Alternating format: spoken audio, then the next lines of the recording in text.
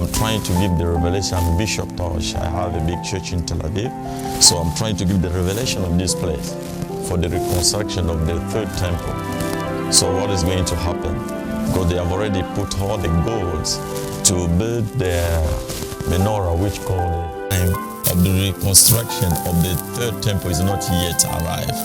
And they look over where they can get the pure gold, which can stand to build the candlestick.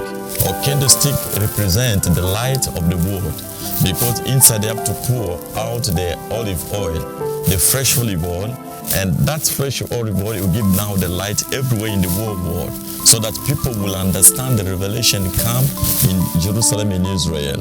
So Israel, when you see it like a shofar, which means like a trumpet, you are going back home, your life will never remain the same. Amen. Because you have stepped into something in the destiny, what is written in the book of Zechariah.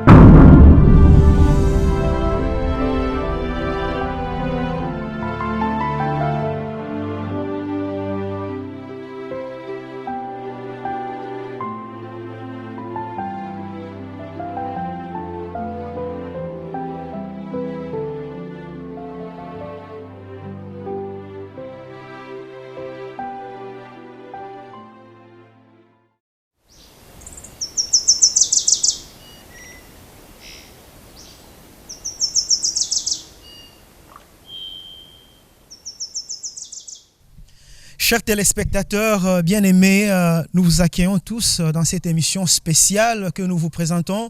Moi qui vous parle, votre humble serviteur, le pasteur Michael de l'église où le ministère Viens et Vois à Tel Aviv, ici en Israël. Bien-aimés, aujourd'hui, c'est vraiment un plaisir d'avoir cette émission spéciale que nous vous présentons ici en Israël, dans la cité de Capernaum, et plus précisément dans la synagogue, là où Jésus exerçait son ministère. Tout près d'ici, il y a la maison que habitait l'apôtre Pierre.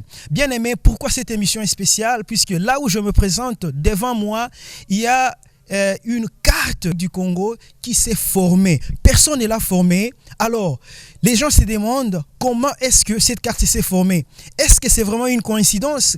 Est-ce que c'est un hasard? Bien aimé, est-ce qu'il y a un message pour le Congo? Pourquoi cette carte s'est formée, surtout ici à Capernaum et plus précisément dans la synagogue, là où Jésus exerçait son ministère? Alors pour plus d'explications et des révélations qu'il y a et le message qu'il y a pour le peuple congolais, je vais inviter ici l'homme d'Israël qu'on appelle le rabbin noir. Il est docteur dans la parole, c'est le bishop Tosh Mulenga, c'est lui qui est le fondateur et de l'église ou ministère Viens et Vois. Bien-aimé, avec votre honneur, nous présentons le bishop Tosh Mulenga. C'est dans cette même contrée que les centeniers a pu recevoir un miracle pour son soldat qui était malade parce qu'il était connecté à l'onction du Fils de l'homme, Jésus-Christ Yeshua. Voilà, aujourd'hui, nous sommes là, nous sommes venus révéler des choses cachées. D'abord pour vous faire voir que Capernaum a été maudite, cette ville a été maudite par Jésus-Christ. Pourquoi? Parce qu'ils n'ont pas cru, malgré tous les miracles que Jésus avait fait pour eux. Ils n'ont pas cru en Jésus-Christ. Voilà, chose curieuse que Capernaum a été maudite. Jésus a dit que tu ne seras pas habité. Mais lorsque nous regardons dans la contrée, dans les villages, nous voyons qu'il y a la verdure. Nous voyons qu'il y a, c'est vraiment fertile, mais malgré cela, il n'y a pas d'habitation parce que la ville entière a été maudite. Capernaum était un village de pêche Capernaum a joué un grand rôle important dans l'histoire de la Bible. Cet endroit est intéressant aux chrétiens aujourd'hui parce que Jésus a beaucoup fréquenté ce lieu pendant les 3 ans et demi de son ministère. Lui qui vivait à Nazareth, lorsqu'il avait entendu que Jean était arrêté, il est venu. D'abord, il est resté à Capernaum pendant beaucoup de temps. Alors, lorsque nous voyons Pierre, André, Jacques et Jean, ils vivaient dans ce village de Capernaum. Sans oublier aussi les familles Lévi qui, il était d'abord percepteur d'impôts.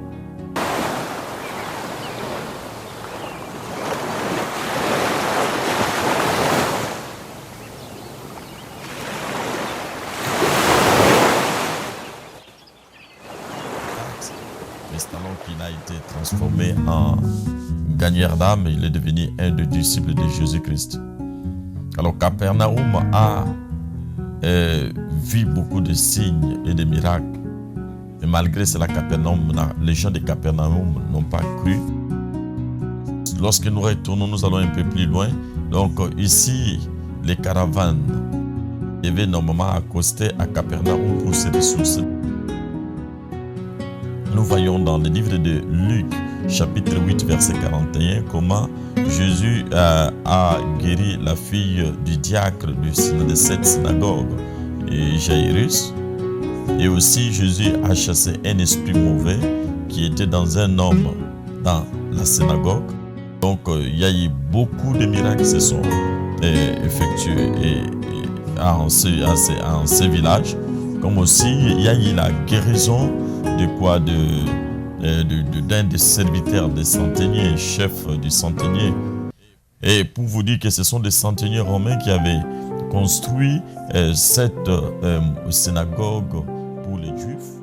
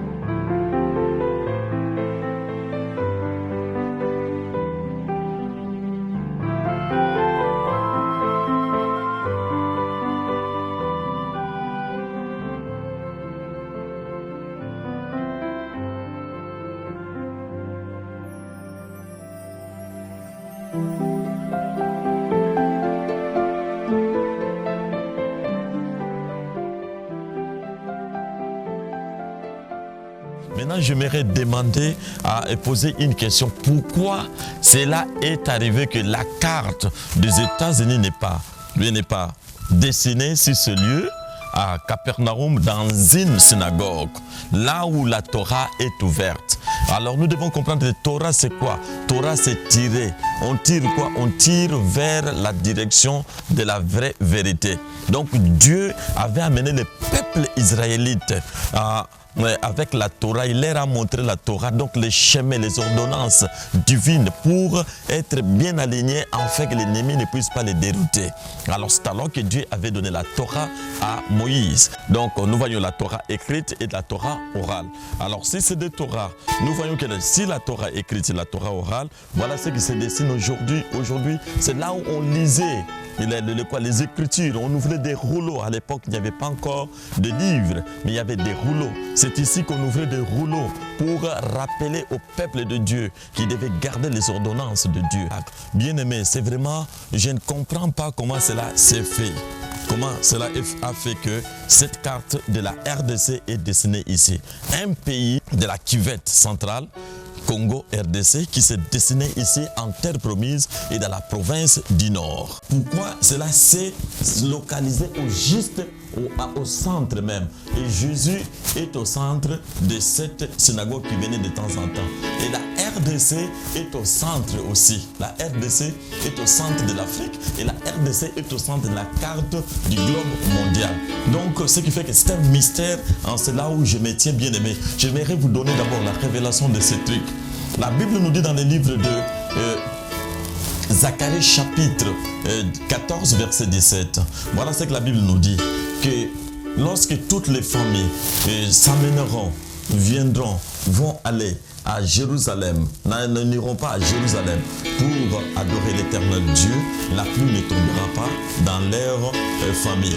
Donc nous devons venir ici pour que la pluie puisse tomber dans notre famille. Donc nous sommes dans un lieu là où il y a les mystères cachés de Dieu. Donc nous devons à tout prix comprendre que Dieu fait un appel pour tous les Congolais de venir en terre promise pour palper, toucher et puis marcher sur les pas de Christ.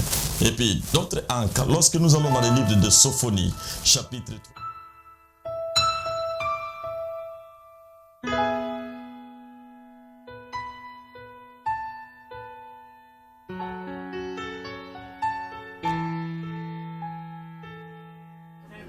Não tem problema nenhum. É. Anderson fica lá. Aí façamos duas filas aqui, ó.